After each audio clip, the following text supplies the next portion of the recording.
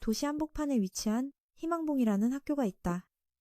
이곳은 뛰어난 학생들만 모아 그들의 재능을 더욱 발전시키는 곳이다.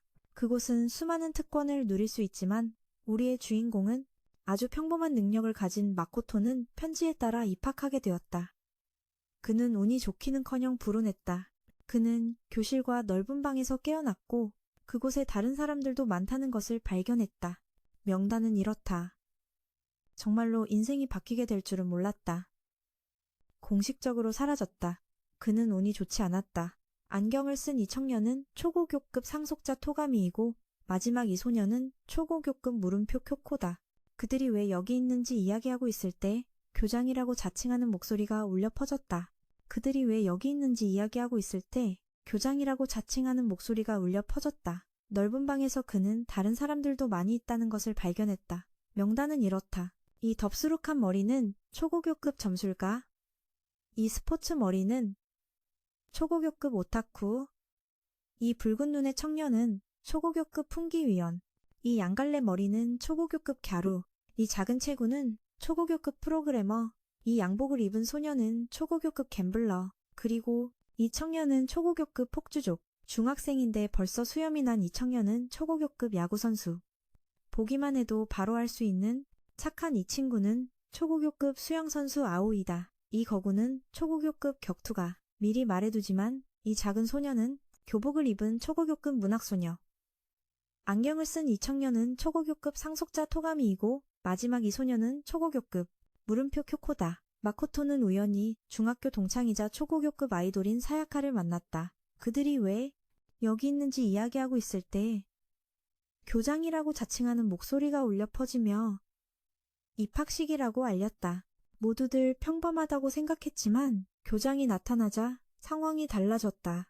배꼽이 튀어나온 곰인형이었다. 그 곰은 그들이 이 학교에서 먹고 자게 될 것이며 언제까지일지는 알 수 없다고 했다. 즉, 평생 여기서 지내야 한다는 것이다. 학교의 예산은 아주 넉넉하니 마음껏 지내도 된다. 학교는 완전히 봉쇄되었으니 여기서 탈출할 생각은 하지 말라고 했다. 구조를 요청하거나 도움을 청할 수도 없다. 여기서 나가려면 적어도 한 명을 죽여야 한다. 모두들 농담이라고 생각했지만 아니었다. 그는 전혀 농담을 하지 않았다. 폭주족은 살인은 함부로 입에 담을 일이 아니니 진지하게 굴라고 했지만 곰은 그가 규칙을 어겼다고 생각했다. 삐삐 소리를 내기 시작했다. 그녀는 그에게 곰인형을 던지라고 했고 인형은 즉시 폭발했다. 곰은 다시 나타나서 규칙을 어기지 말라고 위협했다. 그렇지 않으면 모두를 벌할 것이라고 했다. 탈출하기 위해 살인을 해야 한다는 것을 믿을 수 없었다. 초고교급 상속자 토가미는 그 말을 믿을 만큼 어리석은 사람은 없을 거라고 말했다. 그들은 초고교급 격투가에게 문을 부수게 했지만 소용없었다. 모두에게 전자학생 수첩이 지급되었다. 살펴봤지만 탈출에 대한 단서는 없었다. 그래서 토가미는 이미 살인을 계획한 자가 있을 거라 의심하며 혼자 가겠다고 했다. 폭주족이 달려와 시비를 걸었고 마코토가 말리려다 폭주족에게 한 방 맞고 기절했다. 그는 방에서 깨어나 사야카를 다시 만났다. 그녀는 격투가에게 부탁해서 그를 이곳으로 데려왔다. 그는 그녀처럼 유명한 아이돌이 자신 같은 무명인을 기억할 줄은 몰랐다. 그런데도 그녀는 기억하고 있었다. 사야카는 마코토의 조수가 되어 함께 이곳을 탈출하기로 결심했다. 둘은 밖으로 나가 다른 사람들을 만났다. 폭주족은 마코토에게 사과했지만 그는 이런 상황에서 침착함을 유지하기 어렵다는 걸 알기에 신경 쓰지 않았다. 그들은 사람이 많은 곳에서는 아무도 감히 손을 쓰지 못할 것이라고 확신했기에 몇 가지를 다시 논의하기로 했다. 그들은 발견한 것들을 공유하기로 했다. 첫째로 철문은 부술 수 없었고 2층으로 가는 계단도 철문으로 막혀 있었다. 부엌에는 음식이 가득했지만 15명이나 있어서 언제까지 버틸 수 있을지는 몰랐다. 하지만 음식은 매일 배달되기 때문에 걱정할 필요가 없었다. 요컨대 그들은 이곳에 갇혔고 탈출구는 없었다. 토가미는 다시 탈출하기 위해 살인을 해야 한다는 말을 꺼내 모두를 불쾌하게 했다. 초고교급 갬블러는 이곳 생활에 적응하고 규칙을 만들어야 한다고 제안했다. 밤 시간대에 함부로 돌아다니는 것을 금지하는 규칙을 만들자고 했다. 밤에는 보통 불안에 떨며 살아야 하지만 이 규칙을 만들면 평온하게 살 수 있을 것이다. 다만 이것은 공식적인 규칙이 아니므로 협력 여부는 그들에게 달려 있었다. 그 후 이틀은 아무 일 없이 지루하게 흘러갔다. 곰은 왜 아직 아무 일도 일어나지 않았는지 그 이유를 깨달았다. 기본적으로 그들에게는 여기서 탈출할 동기가 없었기 때문이다. 그 후 그들은 시청각실로 오라는 말을 들었고 각자 디스크를 하나씩 받았다. 그 안에는 탈출할 동기가 들어있었다. 그녀는 그를 껴안고 울었다. 마코토는 방으로 돌아와 모든 방에 카메라가 설치된 것을 보았다. 영상을 보고 모두 겁에 질려 얼굴이 창백해졌다. 그는 사야카를 다시 만났는데 그녀는 누군가 자기 방문을 노크했지만 열어보니 아무도 없었다며 불안해했다. 마코토는 둘이 같은 방에 있을 거라 생각했지만 그녀는 방을 바꾸고 싶다고만 했다. 밤에는 물이 끊긴다는 공지가 붙어 있었다. 여자 화장실은 잠글 수 있고 각 방에는 물건들이 있다.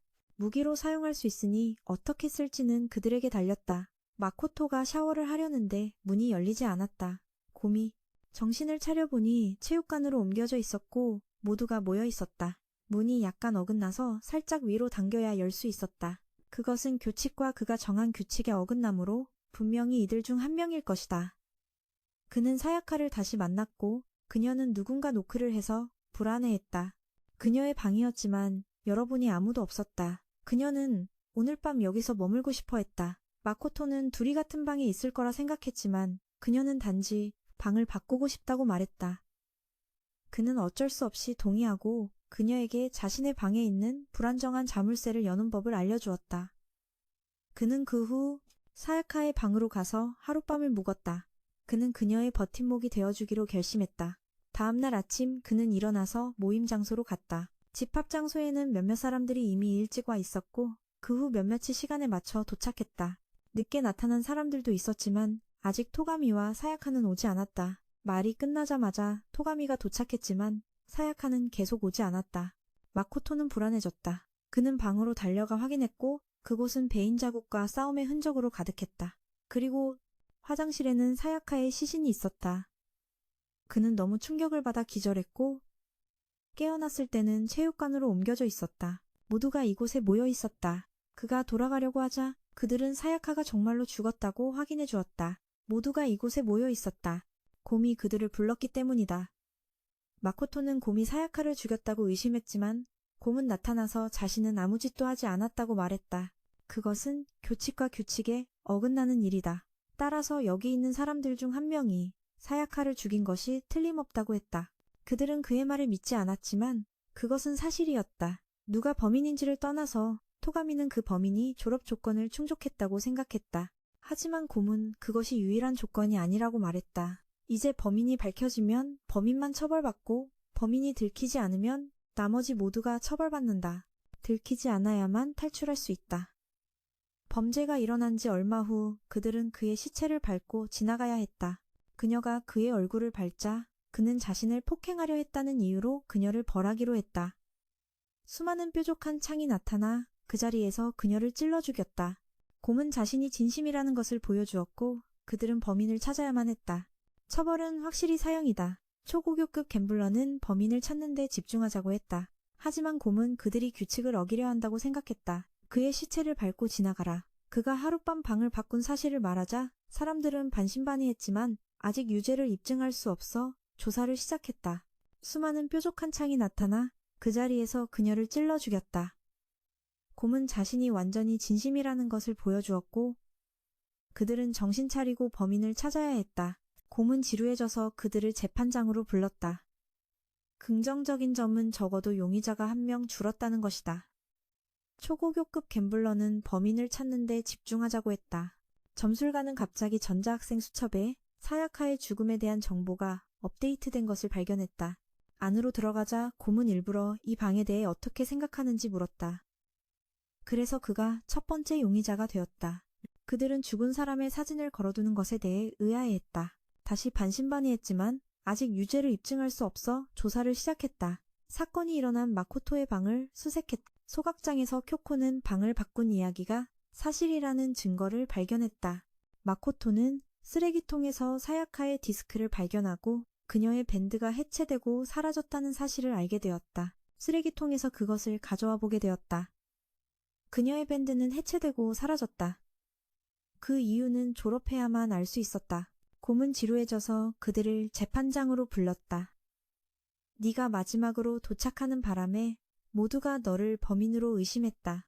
풍기위원은 성급한 결론을 내리고 싶지 않았다. 재판장에 도착하자 쿄코는 네가 직접 증명해 보이라고 했다. 그렇지 않으면 아무것도 못하고 죽게 될 것이고, 그렇게 생존을 건 학급 재판이 시작되었다. 아무것도 못한 채 생존을 건 학급 재판이 시작된 것이다. 불량배는 방이 그 곰처럼 역겹다고 생각했다. 그들은 죽은 사람의 사진을 방에 두는 것에 대해 의문을 가졌다. 죽은 사람의 사진을 두는 것에 대해 곰은 그들이 죽었어도 재판을 볼 자격이 있다고 했다. 문제는 왜 15명인데 피고석은 10여 개냐는 것이었다. 곰은 그냥 숫자를 맞춘 거라고 했다. 재판이 시작되자 마코토는 범인이 정말 이 안에 있는 사람 중 한 명이라는 걸 깨달았다. 마코토는 자신과 모두의 목숨이 걸렸으니 실수해서는 안 된다는 걸 알았다. 너와 여기 있는 모두의 목숨이 걸려 있으니. 그 말은 어젯밤 주방에 들어간 사람은 누구든 범인일 수 있다는 뜻이었다. 초고교급 수영선수 아오이와 초고교급 격투가는 어젯밤 차를 마시며 이야기하러 주방에 있었다. 그리고 마코토는 어젯밤 주방에 없었으니 무죄라고 했다. 둘이 서로를 감싸줄 수도 있지만 오직 범인만이 탈출할 수 있다. 그러니 서로 감싸줘도 아무 소용이 없다. 어젯밤 주방에 들어간 또 다른 사람은 사야카였다.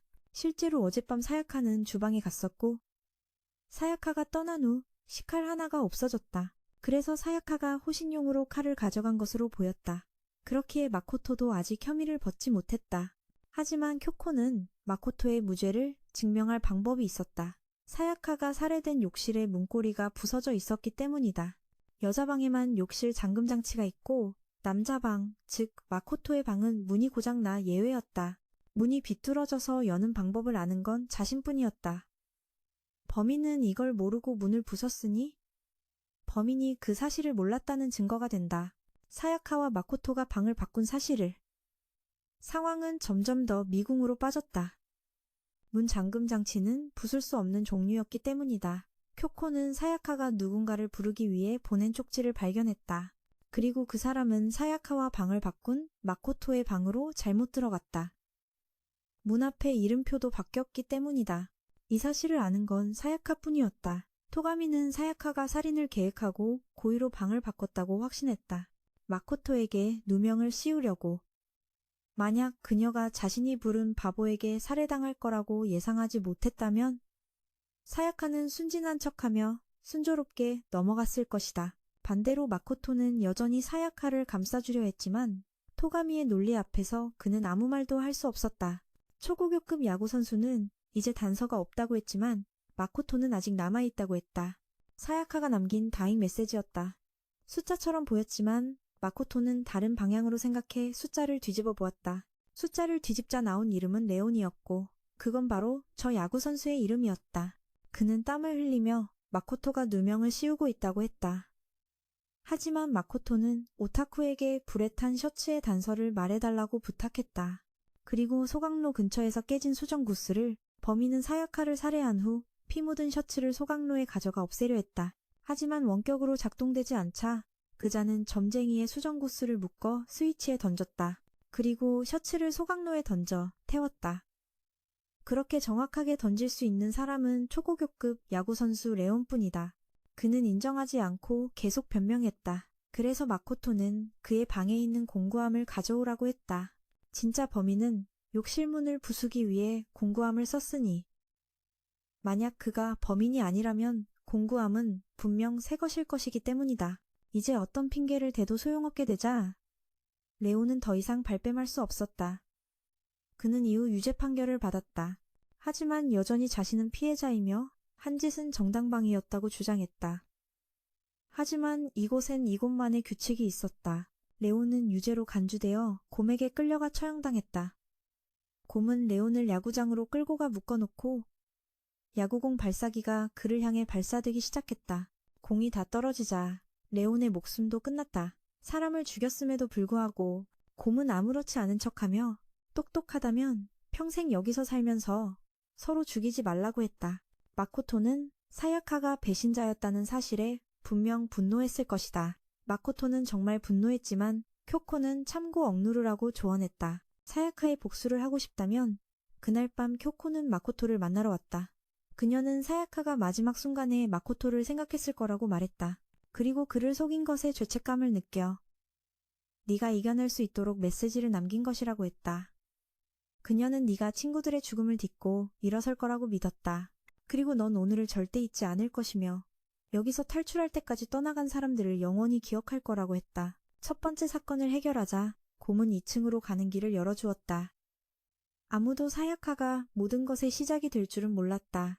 토가미는 여전히 별나게 굴며 2층을 수색할 때 다른 사람들과 협력하기를 싫어했다.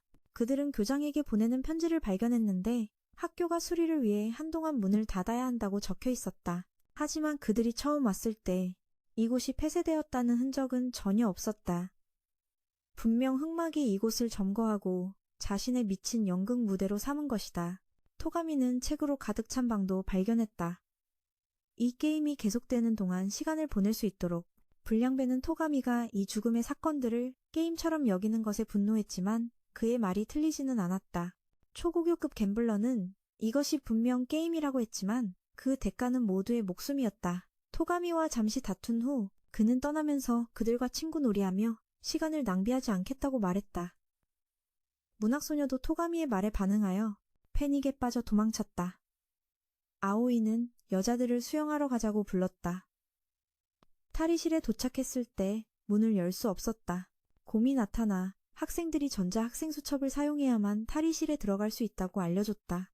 이곳의 불문율은 남자는 남자 탈의실에, 여자는 여자 탈의실에 들어가는 것이었다. 머리 위에 게틀링건에 맞아 죽을 것이다. 또한 학생들은 다른 사람의 방에 들어가기 위해 전자학생 수첩을 교환할 수 없었다. 그 후 마코토는 문학소녀가 멀리서 토가미를 바라보는 것을 보았다. 그는 그녀에게 목욕이나 하라고 냄새가 지독하다고 말했다. 그녀는 밖으로 나갔고 마코토는 그녀가 방금 그 말을 토가미의 관심 표현으로 생각하는 것을 보고 그녀가 남자에게 푹 빠졌다는 것을 깨달았다. 그 후 마코토는 식당에 갔다가 초고교급 풍기위원과 불량배를 만났다. 두 사람은 갈등을 겪다가 사우나에서 죽을 때까지 버티는 시합을 하기로 결정했고 마코토에게 심판을 부탁했다. 누가 이기고 졌는지는 불분명했지만 여자들과는 달리 두 사람은 하룻밤 만에 적에서 친구가 되었다. 그 사건 이후로 두 사람은 서로를 의형제로 칭했다. 그리고 올 것이 오고야 말았다. 곰이 또 못된 장난을 쳤다. 모두를 체육관으로 불러 바로 본론으로 들어갔다. 이틀 동안 살인사건이 없어서 실망했다며 새로운 동기를 가져왔다고 했다. 그것은 바로 그들의 가장 부끄러운 비밀들이었다. 24시간 안에 살인이 일어나지 않으면 그 부끄러운 비밀들을 전 세계에 퍼뜨리겠다고 했다. 마코토의 경우 중학교 때까지 이불에 오줌을 쌌다는 것이었다. 모두들 이런 비밀 때문에 살인을 저지를 사람은 없을 거라고 생각했지만 마코토는 너무 낙관하고 싶지 않았기에 확신할 수 없었다. 다음 날 마코토는 곰에게서 무슨 일이 일어났다는 소식을 들었다. 그는 모두와 모여 토가미와 함께 탈의실로 갔다. 조사를 위해 양쪽 문이 열려 있었고 안으로 들어갔을 때 두 사람은 초고교급 프로그래머가 여자 탈의실에 묶여있는 것을 발견했다. 사망 추정 시각은 새벽이시였다. 사인은 머리에 강한 충격을 받은 것이었다. 흉기는 아마 이 아령일 것이다. 피해자를 묶은 것은 도서관의 연장 코드였다. 그리고 피해자의 전자학생 수첩도 사라졌다. 또한 격투가는 어젯밤 카펫에 쏟아진 커피 얼룩이 사라진 것을 발견했다. 그리고 여자 모델의 포스터도 주목할 만한 것이었다. 초고교급 갬블러는 어젯밤 피해자가 가방을 들고 여기를 지나가는 것을 봤다고 기억했다. 토가미는 제노사이더라는 범인이 피해자를 죽였다고 의심했고 그 제노사이더는 여기 학생 중 한 명이라고 주장했다. 학교에 제노사이더에 대한 경찰 자료까지 있었기 때문이다. 그는 항상 피해자를 살해한 후 현장에 피해자의 피로 글씨를 남기고 피해자를 십자가 자세로 묶어놓았다. 아오이가 찾아와 문학소녀가 방에 틀어박혀 토가미를 만나고 싶어 한다고 말했다. 만나러 가자 그녀는 토가미를 실망시키지 않고 제노사이더가 날뛰지 못하게 통제하겠다고 말했다. 그 후 곰이 그들을 재판 교실로 불렀다. 그곳에 도착해서 그들은 초고 교급 프로그래머가 아령으로 머리를 맞아 죽었고 현장은 여자 탈의실이라고 특정했다. 그래서 여자들만 용의선상에 올랐다. 하지만 토가미는 범인이 연쇄살인마 제노사이더라고 주장했다. 그가 항상 피해자의 피로글씨를 남기고 십자가 자세로 묶는 수법 때문이었다. 피해자를 말뚝에 박는 자세 또한 유죄의 증거이며 토가미는 제노사이더라는 이름을 가진 사람이 바로 문학소녀라고 지목했다. 그가 알게 된 이유는 그녀가 스스로 자백했기 때문인데 그녀는 그 후 기절했다가 다른 인격으로 깨어났다. 두 번째는 초범죄자. 그녀는 정신분열증, 솔직히 말해 다중인격을 앓고 있었다. 토가미는 이번 사건의 모든 죄를 그녀에게 뒤집어 씌웠지만 그녀는 토가미를 멍청이라고 불렀다. 마코토도 그녀를 변호했는데 이번 사건 현장이 그녀가 저지른 이전 범행들과는 달랐기 때문이다. 우선 피해자는 아령으로 머리를 맞았지만 그녀는 항상 가위로 사람을 죽이고 벽에 고정시킬 때도 가위를 썼다. 하지만 이번엔 전깃줄이 사용되었다. 그리고 그녀는 남자만 노렸지 여자는 절대 죽이지 않았다. 만약 그녀가 마음만 먹었다면 항상 몸에 가위를 지니고 다니기 때문에 여기 있는 모두를 찔러 죽일 수도 있었다. 그래서 마코토는 제노사이더의 범행 수법을 읽어서 알고 있던 토가미에게 의심의 눈길을 돌렸다. 두 번째로 그가 의심받는 이유는 피해자를 매달았던 줄이 도서관의 램프선이었기 때문인데 그곳은 토가미가 매일 틀어박혀 책을 읽는 장소였다. 토가미가 범인이라고 가정하면 그는 어떻게 탈의실에 들어갔을까? 마코토는 격투가가 말했던 커피, 얼룩이 사라졌다는 것과 포스터의 모델이 여자방에 있다는 말을 떠올렸다. 아무래도 범인은 남자 탈의실에서 피해자를 죽이고 현장을 여자 쪽으로 옮겨 혼란을 주려 했던 것 같다. 피해자가 남자 탈의실에 들어갈 수 있었던 이유는 피해자가 사실 남자였기 때문인데 토가미도 이 사실에 놀랐기 때문에 마코토는 토가미가 범인이 아니란 걸 바로 알았다. 토가미는 마코토가 해결하는 것을 보고 사실 자신이 여자 탈의실에서 피해자의 시체를 먼저 발견했고 진범이 돌아오도록 일부러 시체를 매달았다는 사실을 털어놓기로 했다. 범인이 어떻게 두 탈의실에 들어갈 수 있었는지에 대한 논쟁은 규칙의 허점을 이용했다는 결론에 이르렀다. 바로 곰이 이미 죽은 사람의 전자학생 수첩을 사용하는 것을 금지하지 않았다는 점이다. 죽은 사람의 전자수첩은 3개였지만 야구선수의 것은 고장나서 범인은 남자일 수밖에 없었고 죽은 두 여학생의 수첩을 이용한 것이었다. 그녀는 피해자가 어젯밤 운동 가방을 들고 있었다고 말했지만 현장에서 가방을 찾은 사람은 아무도 없었다. 아마도 피해자는 같은 색 운동복을 고르기 위해 누군가를 만났을 것이다. 그리고 범인은 갑자기 누구든 파란색 운동복을 가진 사람을 찾으면 된다고 실토해버렸다. 처음부터 아무도 피해자의 운동복이 파란색이라고 말한 적이 없었는데도 말이다. 풍기위원은 자신의 의형제가 범인이라는 사실을 믿지 않았다. 그는 폭주족에게 해명을 요구했지만 마코토는 사건의 전말을 설명하기로 했다. 어젯밤 갬블러는 치히로가 운동복을 가지고 남자 탈의실로 가서 범인을 만나는 것을 봤다. 그 사람은 치히로가 방심한 틈을 타 아령으로 피해자의 머리를 내리쳤다. 그리고 죽은 두 여학생의 전자수첩을 이용해 여자 탈의실로 넘어가 현장을 조작했다. 폭주족은 더 이상 부인할 방법이 없자 자신이 치히로를 죽였다고 자백했다. 모두가 그에게 유죄 투표를 했다. 하지만 그의 의형제는 여전히 이유를 알고 싶어 했다. 곰이 폭주족을 대신해 모든 것을 이야기하기 시작했다. 구체적으로는 치히로의 과거에 대한 이야기였다. 어릴 때부터 치히로는 자신의 나약함에 열등감을 느꼈고 괴롭힘의 대상이 되자 여자아이가 되어 현실에서 도망치기로 결심했다. 이것이 바로 곰이 치히로를 협박하는 데 사용한 비밀이었다. 하지만 바로 그 비밀 때문에 치히로는 자신을 바꾸고 싶다는 소망이 생겼고 치히로가 변화를 위해 도움을 청한 상대는 진짜 남자로 여겨지는 폭주족이었다. 그 후 곰은 폭주족의 비밀도 모두에게 이야기해 주었다. 그는 원래 폭주족의 일원이었고 그의 형이 총장 자리를 동생에게 물려주기로 한 날, 두 형제는 경주를 했다. 하지만 이기고 싶은 마음에 폭주족은 무모하게 자동차 앞으로 끼어들었다. 다행히도 그는 형 덕분에 목숨을 건졌다. 하지만 동생을 구한 형은 죽고 말았다. 이것이 폭주족이 누구에게도 말하고 싶지 않았던 비밀이었다. 그리고 치히로가 폭주족을 찾아와 자신의 비밀을 극복하기 위해 더 강해지고 싶다고 말했을 때 폭주족은 그의 강인함을 질투했다. 화가 난 그는 자기도 모르게 그를 죽이고 말았다. 그는 자신의 나약함에 고통스러워했다. 쿄코는 그가 치히로의 전자학생 수첩을 없앤 이유가 그의 성별에 대한 비밀을 아무도 모르게 하기 위함이었다는 것을 알아냈다. 그가 수첩을 파괴하는 방법을 알게 된 것은 그가 옷을 입은 채로 사우나에 들어가 자신의 전자학생 수첩을 고장냈을 때부터였다. 하지만 고문 잡담은 그만하라고 했다. 폭주족은 이후 풍기위원의 애원에도 불구하고 사형을 선고받았다. 그는 오토바이에 묶인 채 곰에 의해 철거 안으로 던져졌다. 그는 그 후 강제로 버터가 되어 곰에게 먹혔다. 풍기위원의 울음소리는 다시 한번 그들을 잔혹한 현실로 되돌려 놓았다. 그날 밤 아오이는 방금 일어난 일을 잊기 위해 무언가 먹을 것을 찾으러 갔지만 그날 밤 그녀는 아주 끔찍한 것을 보았다. 며칠 후 3층이 모두에게 개방되었다. 모두들 평소의 모습으로 돌아왔지만 유독 풍기위원만은 의형제의 죽음을 목격한 후 상태가 좋아 보이지 않았다. 갑자기 곰이 모두를 불러 모아 이곳을 졸업하는 사람에게 100억엔을 주겠다고 말했다.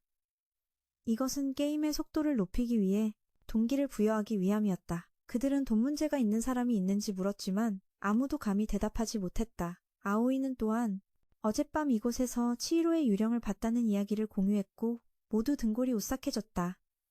그들은 나중에 사물함에서 노트북 한 대를 발견했는데 그 방에는 카메라가 없었다. 켜보니 놀랍게도 치히로가 고장난 노트북을 수리했고 스스로 발전할 수 있는 AI까지 프로그래밍해 두었다. AI가 존재하는 이유는 이 건물에 있는 비밀들을 풀어 그들을 돕기 위함이었다. 이것은 곰의 계획이 무엇인지 알아내는데 큰 진전이었다. 풍기위원은 AI에게 자신의 창조자를 죽인 폭주족을 증오하는지 물었고 AI는 폭주족을 시뮬레이션하여 위로의 말을 건넸다. 풍기위원의 기분은 다시 좋아졌다. 그 후 그는 각성했고 머리카락은 흰색으로 변했으며 눈은 붉게 변했고 입으로는 천백이 칠은 이라고 중얼거렸다. 사실 이건 제가 지어낸 이야기입니다. 적어도 그는 그 초상집 같은 표정을 버렸다. AI가 남겨졌기에 그들은 여기서 탈출할 작은 희망을 갖게 되었다. 그 후 AI는 또 다른 사진을 해독했는데 죽은 3명의 소년이 모두 예전부터 서로 아는 사이였던 것 같았다. 모두들 이것이 곰이 숨긴 비밀인 것 같다고 생각했다.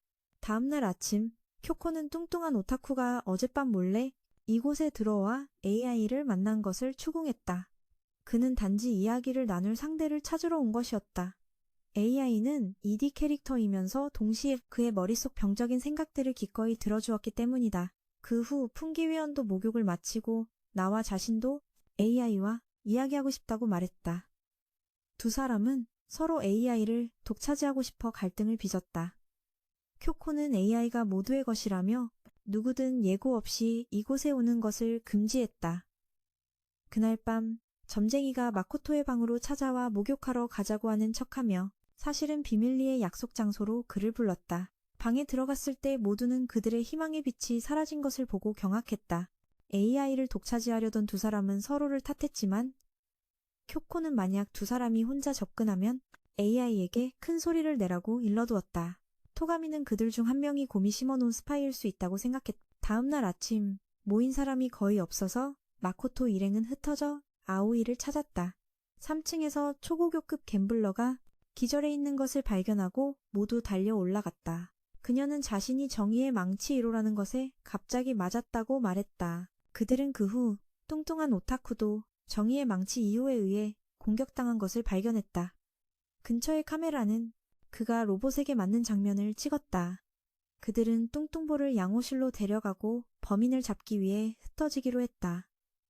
일행은 토가미와 문학소녀를 만나 함께 수색에 나섰다. 그 후 그들은 다시 갬블러의 비명소리를 듣고 뚱뚱보를 양호실에 남겨두고 확인하러 달려 올라갔다. 그녀는 다시 범인에게 공격당했고 범인은 도망쳤다고 말했다. 갑자기 그들은 뚱뚱보의 비명소리를 들었다.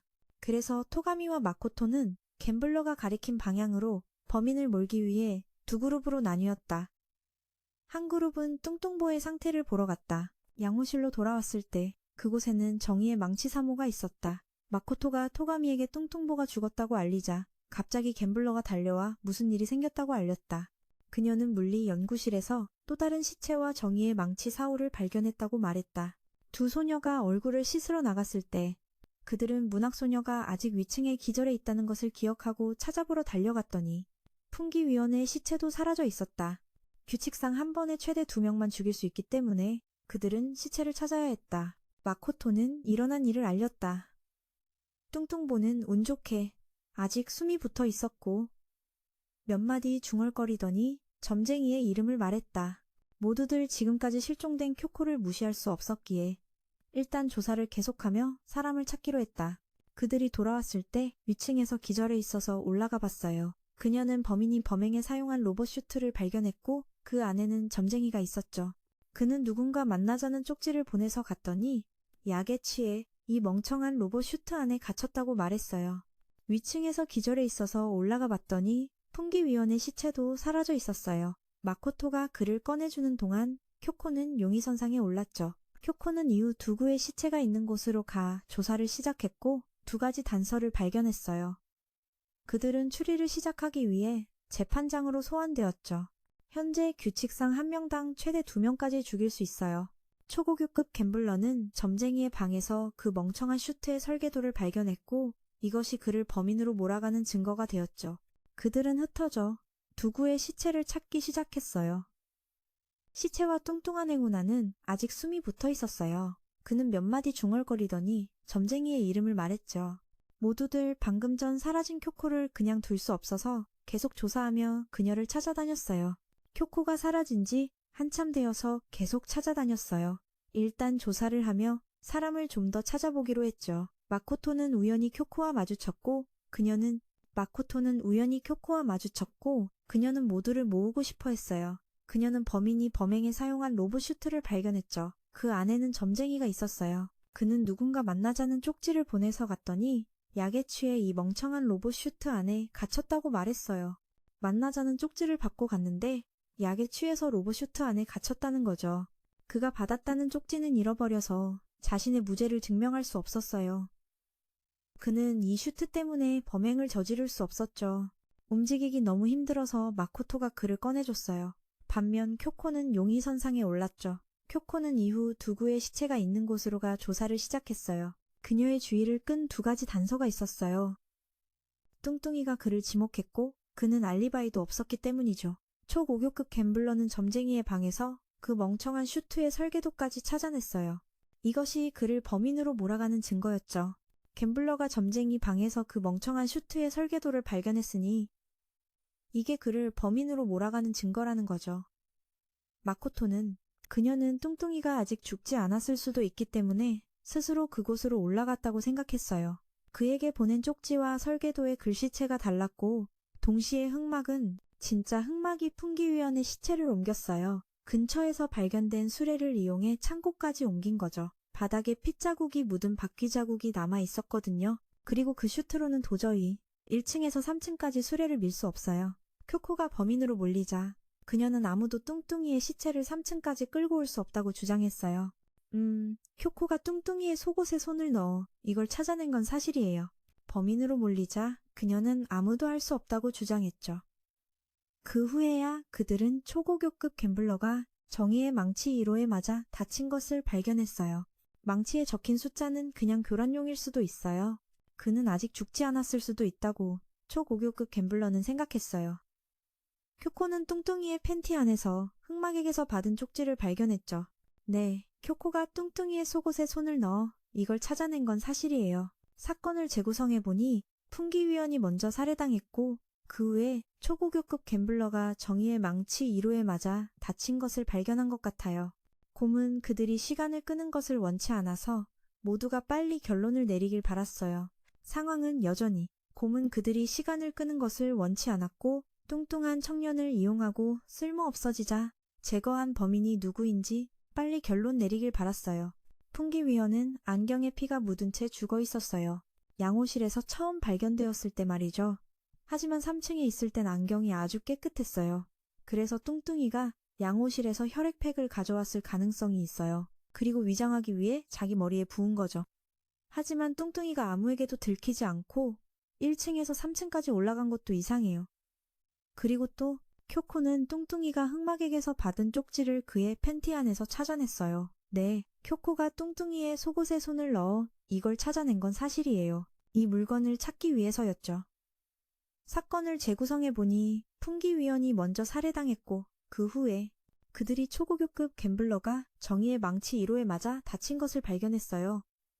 망치에 적힌 숫자는 그냥 교란용일 수 있고 뚱뚱이는 풍기위원의 시체를 창고로 옮긴 후 흑막에게 살해당한 거죠.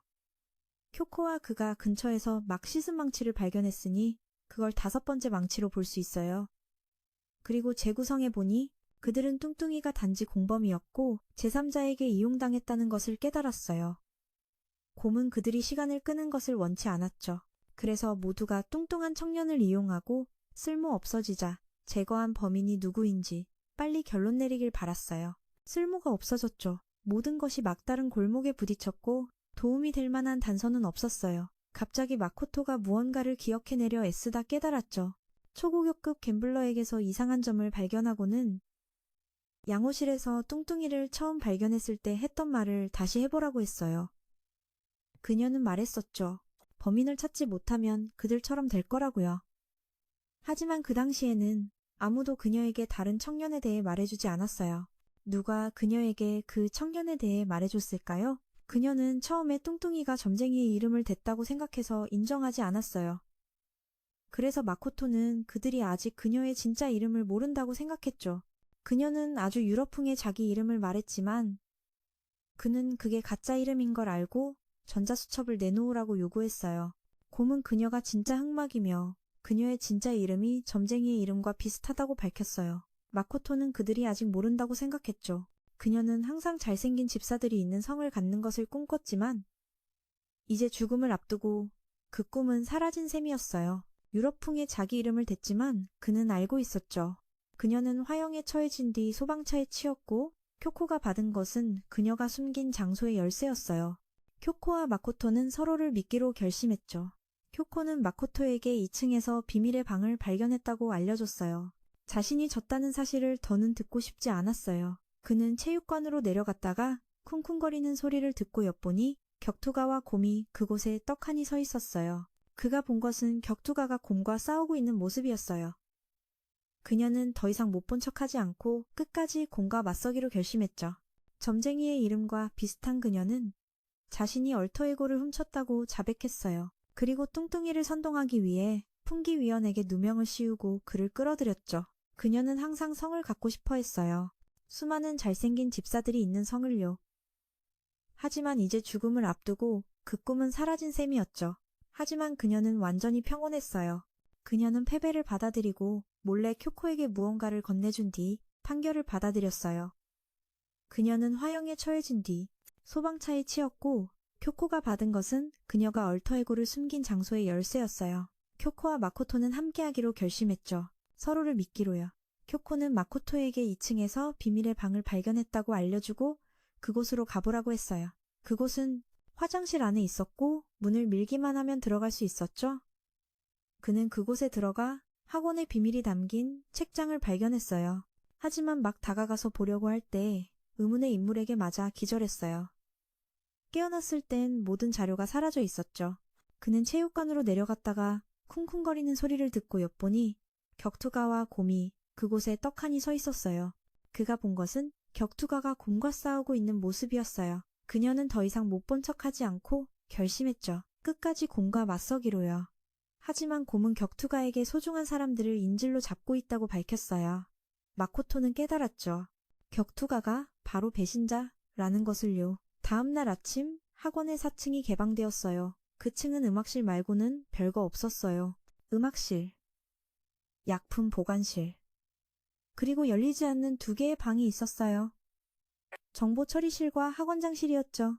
쿄코가 마코토에게 어제 일에 대해 묻자 그는 자신이 공격당한 일을 이야기했어요. 그녀는 그가 무언가 숨기고 있다는 걸 알았죠. 그는 격투가가 스파이인지 확실하지 않아서 그녀에게 숨겼고 이에 그녀는 화를 내며 그가 아직 자신을 믿지 않는다고 생각했어요. 그가 숨겼기 때문에 그녀는 화가 났고 아직 믿지 않는다고 생각한 거죠. 다시 모였을 때 점쟁이가 격투가에게 문을 부숴달라고 부탁하고 싶어 했지만 곰이 그 말을 듣고 파괴행위를 금지하는 규칙을 즉시 만들었어요. 모두가 데이터 속에서 이미 죽은 세 사람의 사진을 발견했어요. 학원장이 모두를 불러 그들 중에 내통자가 있으며 그 사람이 바로 격투가라고 밝혔어요. 그녀를 어떻게 처리할지는 그들에게 달렸어요. 전 학원장은 학생들을 평생 가두기 위한 학습 환경을 만들고 싶어 했기 때문이죠. 그녀는 모두를 선동하기 위해 이곳에 보내줬어요. 인류 역사상 가장 크고 사악한 사건 때문에 학원은 문을 닫았고 한 명은 격투가를 보호하고 싶어 했고 다른 한 명은 의심했죠. 직접 학원장을 찾아 나섰고 모두가 죽은 세 사람의 사진을 또 발견했어요. 데이터 속에서 그들은 모두 쿄코가 마코토에게 얼터에고가 둘을 불렀다고 알렸어요. 얼터에고가 그룹과 함께 싸우고 싶으니 연결 포트가 있는 곳으로 데려다 달라고 했다는 거죠. 내통자가 있으며 그 사람이 바로 격투가라고요. 그녀를 어떻게 처리할지는 그들에게 달렸어요. 격투가는 부인하지 않았지만 마코토는 그녀가 협박당하고 있다고 생각했어요. 인지를 잡고 위협하고 있다고요. 그녀는 마코토가 모든 걸 들었다는 걸 깨닫고 더 이상 숨기지 않았어요. 그녀는 이곳에 보내졌죠. 모두를 선동하기 위해서요. 아무도 살인을 저지르지 않을 경우를 대비해서요. 하지만 지금까지 그녀는 별다른 행동을 하지 않았고 그것에 맞서 싸우기로 결심했어요. 토가미와 아오이는 의견이 엇갈렸는데 한 명은 격투가를 보호하려 했고 다른 한 명은 의심했죠. 뜻밖에도 아오이는 방으로 돌아가 버렸고 토가미는 남의 감정을 갖고 노는 사람으로 취급받았다. 다음날 아침 아오이는 살인마 인격에게 문학소녀와 격투가에 대해 언쟁을 벌이다가 해를 입었고 마코토가 치료를 위해 데려갔다. 격투가는 그 소식을 듣고 용서하지 않겠다고 맹세했다. 그 괘씸한 년을 용서치 않겠다고 했지만 모두가 말려서 모두를 안심시키기 위해 그 말을 따랐다. 쿄코는 마코토에게 AI가 둘을 불렀다고 알렸다. AI는 모두와 함께 싸우고 싶으니 자신을 연결 포트가 있는 곳으로 데려가 달라고 했다. 지난번 비밀의 방에 연결 케이블을 꽂을 곳이 있다는 걸 기억해내고 AI를 그곳으로 데려가기로 했다. 마코토는 서둘러 AI를 그곳으로 데려가 연결하고 모두와 함께 탈출하겠다고 약속했다. 다음날 아침 아오이가 휴게실에서 격투가가 미동도 없이 앉아있는 걸 발견했고 마코토가 문을 부수고 들어가자 그녀는 이미 죽어 있었다. 아오이는 모두에게 알리러 갔고 쿄코와 마코토는 조사를 시작했다. 바닥에는 곰 모양의 병이 깨져 있었다. 아오이는 격투가가 이곳으로 불렀던 나머지 3명을 데려왔고 그들 중 하나가 범인이라고 확신했다. 쿄코는 발자국이 찍힌 노란 가루를 발견했다. 재판에서 토가미는 무서워서 일찍와 사물함에 숨어 점쟁이를 받고 나중엔 자신도 겁이 나서 병으로 격투가의 머리를 내리쳤다고 말했다. 마코토는 격투가가 2번 공격당했다고 지적했고 문학소녀는 모든 죄를 점쟁이에게 떠넘겼다. 하지만 그는 무서워서 때린 건 맞지만 한 번뿐이었다고 자백했다. 토가미는 점쟁이가 떠난 후 그녀가 뭘 했는지 물었다. 그녀는 기절해서 기억하지 못했고 다른 인격이 대신 대답했다. 살인마 인격은 깨어나 격투가를 보고 너무 무서워서 2번째로 머리를 내리쳤다고 말했다. 하지만 아오이는 바로 판결을 내리라고 요구했다. 마코토는 아오이가 서두르는 것을 이상하게 여겼다. 살인마의 말대로 잡지 진열대에서 맞았다면 왜 의자에 앉은 채로 죽어있는지 의문을 가졌다. 신발에는 이상한 노란 가루가 묻어 있었고 문은 안에서 막혀 있었다. 또 다른 점은 이곳에 곰 모양 병이 몇 개 있다는 것과 여기 있는 잡지 중 한 권이 거꾸로 놓여 있었고 그 잡지 진열대 옆에 핏자국이 있었다. 그리고 마지막으로 병 하나가 바닥에 깨진 채로 있었다. 아오이는 나머지 3명을 이곳으로 데려왔고 격투가가 직접 3명을 이곳으로 불렀기 때문에 그들 중 하나가 범인이라고 확신했다. 쿄코는 발자국이 찍힌 노란 가루를 발견했고 모두 증거를 모아 재판에 임했다. 3명 모두 약속이 있었지만 토가미는 오지 않았다. 그는 무서워서 일찍 와서 사물함에 숨어 있다가 점쟁이를 봤다. 그 후 그 역시 겁이 나서 병으로 격투가의 머리를 내리쳤다. 자신도 겁이 나서 병으로 내리쳤다. 하지만 그는 무서워서 때린 건 맞지만 한 번뿐이었다고 자백했다. 2번의 타격 때문에 문학소녀는 모든 죄를 떠넘겼다. 점쟁이에게 죄를 떠넘겼지만 그는 자백했다. 그래서 다른 인격이 대신 대답하게 했다. 점쟁이가 떠난 후 그녀는 기억하지 못했다. 그때 격투가를 보고 너무 무서워서 기절했기 때문이다. 그래서 다른 인격이 대답하게 할 수밖에 없었다. 그는 격투가가 맞자마자 죽었다면 왜 살인마의 말대로 잡지 진열대가 아닌 의자에 앉아서 죽어 있었는지 이상하게 생각했다. 너무 무서워서 머리를 2번째로 내리쳤다. 격투가를. 하지만 아오이는 바로 범인으로 몰고 싶어 했고 위험한 것부터 위험하지 않은 것까지 아오이가 다른 사람들보다 서두르는 것 같아서 그는 하지만 그가 그걸 입에 대고 마시자 모두가 깜짝 놀랐다. 맞았다면 왜 의자에 앉아 죽어 있었을까? 그녀가 맞은 위치는 살인마의 말로는 잡지 진열대였다. 토가미도. 대조해봤지만 아오이가 발자국은 자기 것이라고 자백했다. 깨진 병에서 토가미는 뭔가를 발견했는데 약병 안에서 깨진 유리 조각을 발견했다. 위험한 약부터 그렇지 않은 약까지 3종류가 있었다. 그리고 격투가의 발에 묻은 가루는 그녀가 직접 창고에서 약을 쏟아서 생긴 것이었다. 그래서 그녀가 화해하기 위해 그 사람을 찾아갔다가 이유 없이 머리를 맞았다고 합리적으로 설명할 수 있다.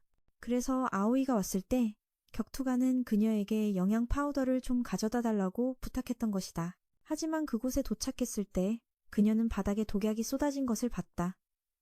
현장 근처의 영양제에도 이 가루컵이 있었으니 누군가 섞은 것이 틀림없다. 그리고 격투가가 매우 억울해서 스스로 마셨기 때문에 토열하며 죽은 것이다. 약품실에도 노란 가루가 쏟아져 있었고 그 위에 발자국이 있는 것 같았다. 그게 쏟아져 있고 그 위에 발자국이 있었다. 아마도. 범인이 꽤 서둘러서 약을 쏟은 모양이다. 그녀가 죄를 인정하자 모두가 충격에 빠졌고 토가미는 그녀가 격투가와 친구가 된 것이 신뢰를 쌓기 위한 방법이라고 주장했다. 대조해봤지만 아오이가 발자국이 자기 것이라고 자백했고 그녀가 죄를 인정하자 모두가 토가미가 가져온 독약병에서 깨진 유리 조각이 발견되었으니 누군가 현장에서 이 병을 그 가루컵으로 바꿔치기 한 게 틀림없다.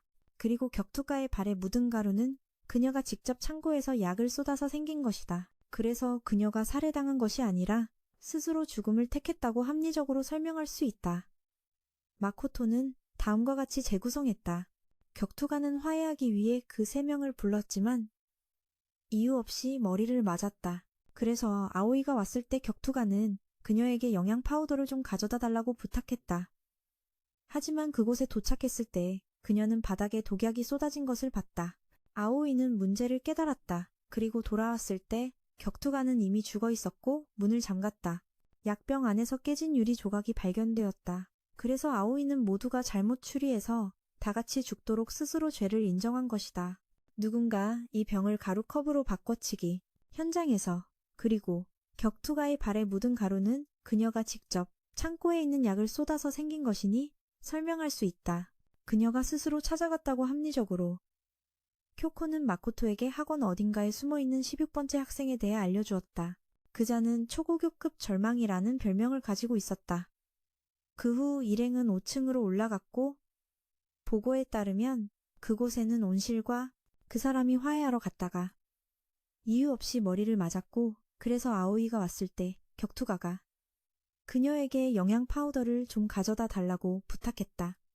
하지만 그곳에 도착했을 때 그녀는 바닥에 쏟아진 독약을 받고 아오이는 죄를 깨달았다.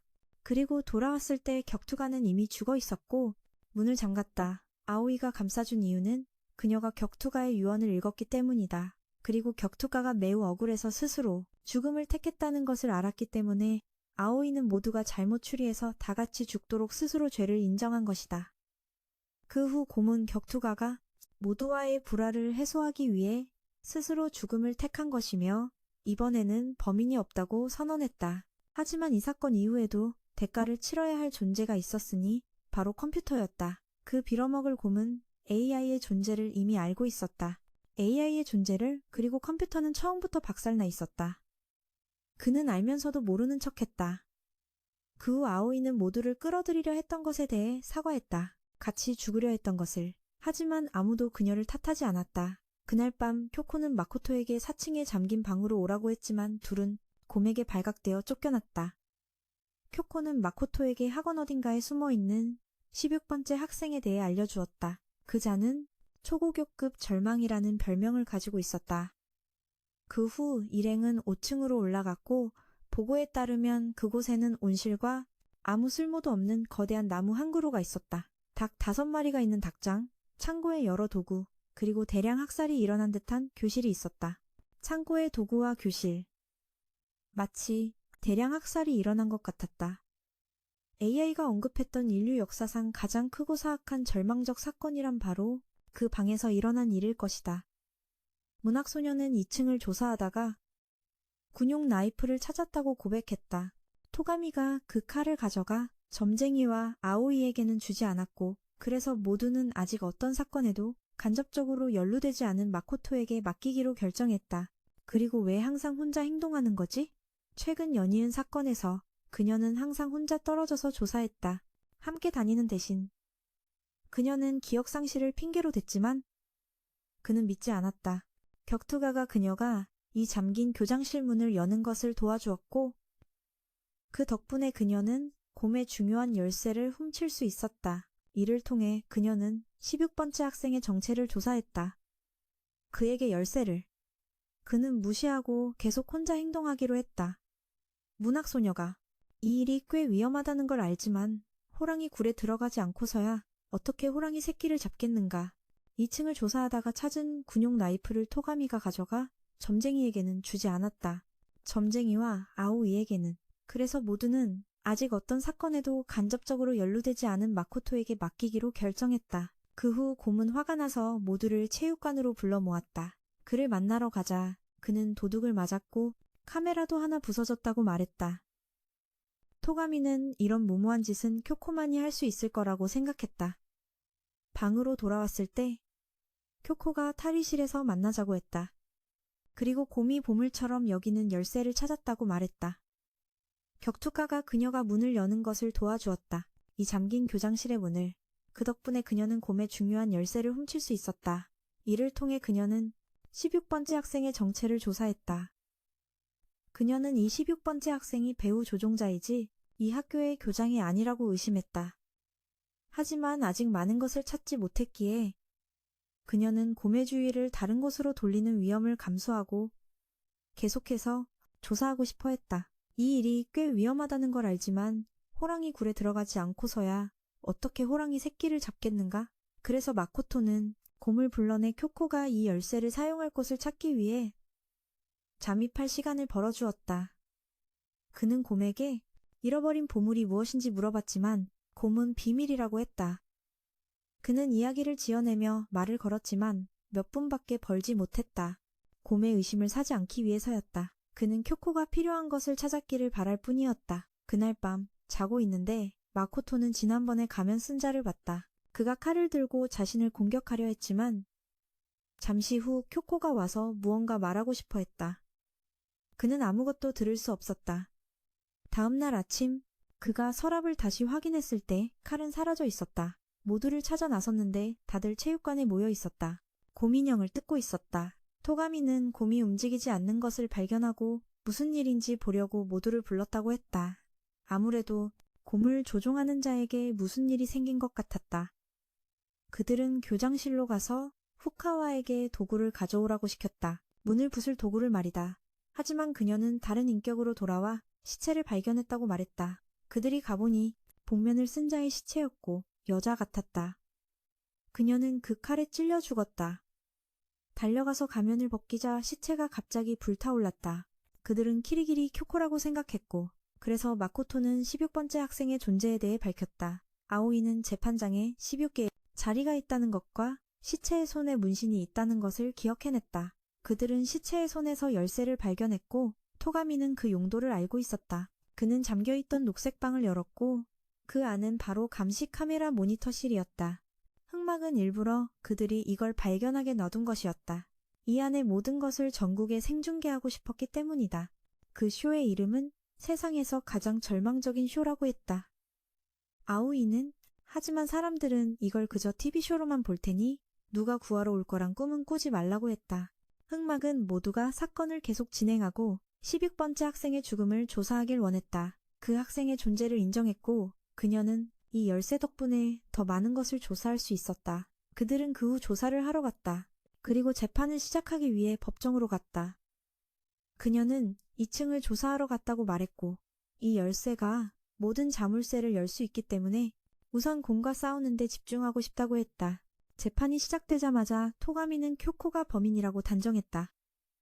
어젯밤 10시에 그와 점쟁이가 정원에 있었을 때 시체를 보지 못했고 시체는 오늘 아침 9시에 발견되었다. 하지만 어젯밤부터 그는 곰이 고장난 것을 발견해서 다른 2명과 함께 안을 살펴보려고 뜯고 있었기 때문에 그들은 알리바이가 있었다. 정원의 스프링클러 시스템은 아침 7시 30분부터 작동하지만 시체는 젖어있지 않았다. 그래서 범행 시간은 7시 30분에서 9시 사이였다. 7시 30분 전에는 마코토와 함께 있었고 아무도 만나지 않은 유일한 사람은 쿄코였다. 하지만 쿄코는 근처에서 비닐 시트를 발견했다며 범인이 그것으로 시체를 덮어서 젖지 않았던 것이고 이는 범행 시간이 어젯밤 10시부터라는 증거라고 했다. 게다가 칼은 가짜였고 피는 사라진 달개 피였다. 실제 사인은 그들이 발견한 피 묻은 화살 뭉치 때문이었다. 범인은 테이프로 화살들을 묶어 피해자의 머리를 세게 내리쳤다. 모든 의심은 여전히 쿄코에게 쏠렸다. 토가미가 쿄코의 방 사격장 사물함에서 카드를 발견했기 때문이다. 하지만 그녀는 자신은 열쇠가 없었다고 말했다.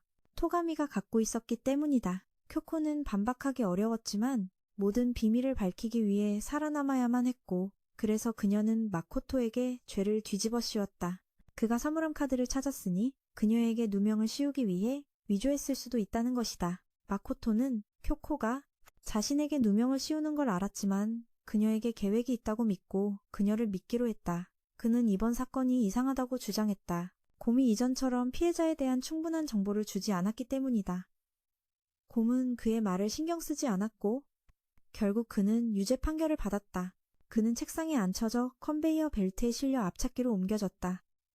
그는 땀을 흘리며 죽음을 앞두고 있었다. 하지만 그가 앞찾기에 들어가기 직전 화면에 죽은 줄 알았던 누군가의 모습이 나타났다. 그것이 그를 앞찾기에서 구했고 마코토는 아래로 떨어졌다. 모두가 마코토가 구출된 것을 보고 충격에 빠졌다. 하지만 곰은 신경 쓰지 않았다. 아래는 쓰레기 처리장이어서 마코토가 서서히 죽을 것이기 때문이었다. 하지만 아래로 떨어졌음에도 마코토는 포기하지 않았다. 먹을 것을 찾을 수 없자 체력을 아끼기 위해 잠을 자기로 했다. 그날 밤 쿄코가 위험을 무릅쓰고 내려와 그에게 음식을 가져다 주었다. 그녀는 원래 그가 죽을 운명이었다고 말했다. 그날 밤 흑막이 그를 죽여 자신에게 죄를 뒤집어 씌우려 했기 때문이다. 하지만 그녀가 복면을 쓴 자를 막았고 그래서 그는 다른 시체를 이용해 일련의 사건을 조작했다. 그녀를 궁지로 몰아넣으려고 말이다. 그녀는 죽을 위기에 처했지만 마코토가 끼어드는 바람에 그 역시 곰이 제거해야 할 목표가 되었다. 그래서 그를 처형한 것이다. 흑막이 직접 나섰다는 건 그 역시 궁지에 몰렸다는 증거라고 했다. 그녀는 이어서 문을 열었다. 2 사람이 올라갈 수 있도록 말이다. 그녀는 이곳에 오기 전 자신이 누구였는지 기억해냈다고 말했다. 그녀는 초고교급 탐정이었고 오래전 자신을 떠난 아버지이기도 한 교장 선생님을 찾으러 이곳에 왔다고 했다. 2 사람은 위로 올라가 소각로에 도착했다. 2 사람은 곰을 찾아가 그에게 도전하기로 했다. 곰은 마코토가 이미 유죄 판결을 받았으므로 계속해서 처형될 것이라고 주장했다. 하지만 쿄코는 그가 권력을 남용해 불공평한 판결을 내리는 것을 시청자들이 어떻게 생각하겠냐고 반박했다. 쿄코는 16번째 학생의 사건을 재심하길 원했고 만약 그들이 이기면 곰은 모두를 풀어주겠다고 말했다. 지면 모두 함께 벌을 받게 될 것이다. 마코토는 모두에게 돌아가 그들이 마주할 사건에 대해 알렸다. 곰이 연락해와 학교에는 16명의 학생밖에 없으니 알아서 범인을 찾으라고 했다. 또한 모든 방의 잠금이 해제될 것이라고 했다. 그들은 2층에 잠겨있던 구역으로 돌아가 파괴된 교실들을 발견했다. 그리고 교장 선생님이 쓰시던 것으로 보이는 사무실도 있었다. 그 안에는 컴퓨터와 잠긴 파일 하나가 있었다. 그는 쿄코의 이름을 입력했고 효과가 있었다. 비밀의 방이 열렸다. 그는 선물 상자를 발견했고 그 안에는 해골이 들어있었다. 그녀는 그것이 아버지의 것이라고 확신했다. 10익명뿐이었으니 그녀의 아버지는 그 전에 죽었을 거라고 했다. 그들은 휴대폰과 메모리 카드도 발견했다.